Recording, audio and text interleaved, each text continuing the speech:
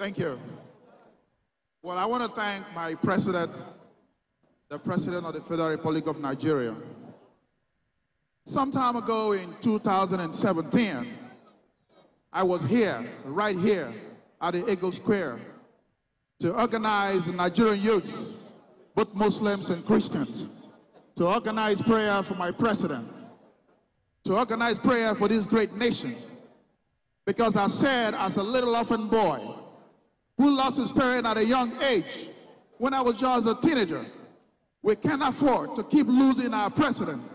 And I organized prayers here, 3 nights and 3 days of fasting and prayers. And I said I will do that with young boys and young women. And we did. This is my second appearance right here, standing on the stage to speak to Nigerians again, to thank these wonderful youths that came down here and organized a prayer session with me, to pray for this great country and for the wellness of our president. NTA covered that event live right here. And I'm happy to say to God, thank you, because the president that we prayed for is right here before us. Again, thank you, God. Thank you, the youth of this great nation. I am the 6th child of my late parents' children. My mother was a brilliant woman who died when she was 42. I was 10 years old. My father was a soldier that fought the Civil War and had bullet wounds and retired at the age of 27. My late mother struggled to go to school, but she got a wonderful man that promised to get married to her. Because back in the days in the village, if you are so brilliant as a woman, all the men will flock around you. And they promised this woman marriage and got this woman pregnant and made her to leave school, shattered her dreams. The man just walked away.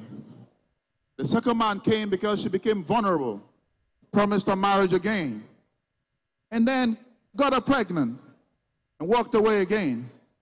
And the third man came, promised her marriage, she believed him, got her pregnant, and walked away again. She was heartbroken. She resulted to be in the tomato cellar, hawking Gary around the village. And one of those good old days, she traveled by boat, 12 hours by boat, from my village to Port Harcourt. And she met this wonderful, handsome man who just left the military because he had bullet wounds. They got talking and they got married and gave birth to 5 children. I happen to be the 6th child. My parents had wonderful dreams. My mother had wonderful dreams. She couldn't realize it. And when they gave birth to us, we didn't know what they were going through.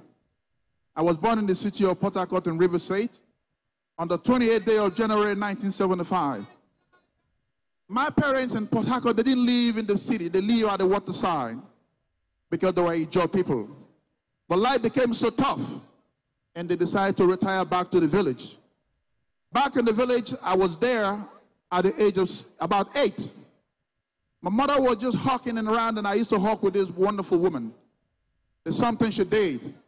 After selling her goods, she will always share the rest for the rest of the family members. And one day, this woman took ill and was rushed to the hospital. She couldn't afford a medical bill that was just less than 50 Nigerian naira. In my very eyes, this strong woman that I used to hawk around with couldn't walk. And my father just left us. We didn't know where he went. And in my very eyes, she died. And when she died, I felt that life was over. I retired back to the village through the same boat. I became a little fisher boy at the age of 10. An orphan boy without father, without mother. Paddling canoe all through the night to the next morning trying to survive. I was in primary school till I was 15 years old.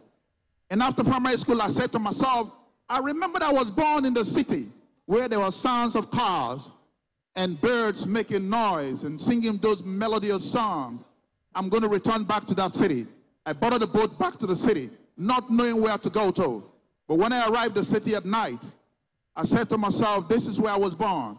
I was just sleeping under the bridges, trying to survive, trying to make ends meet.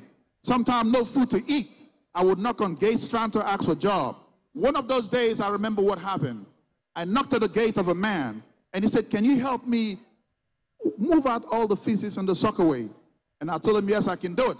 He got me a wooden ladder, and I moved into the sockaway, using buckets to move out, scoop out all the feces right on my face just to make ends meet.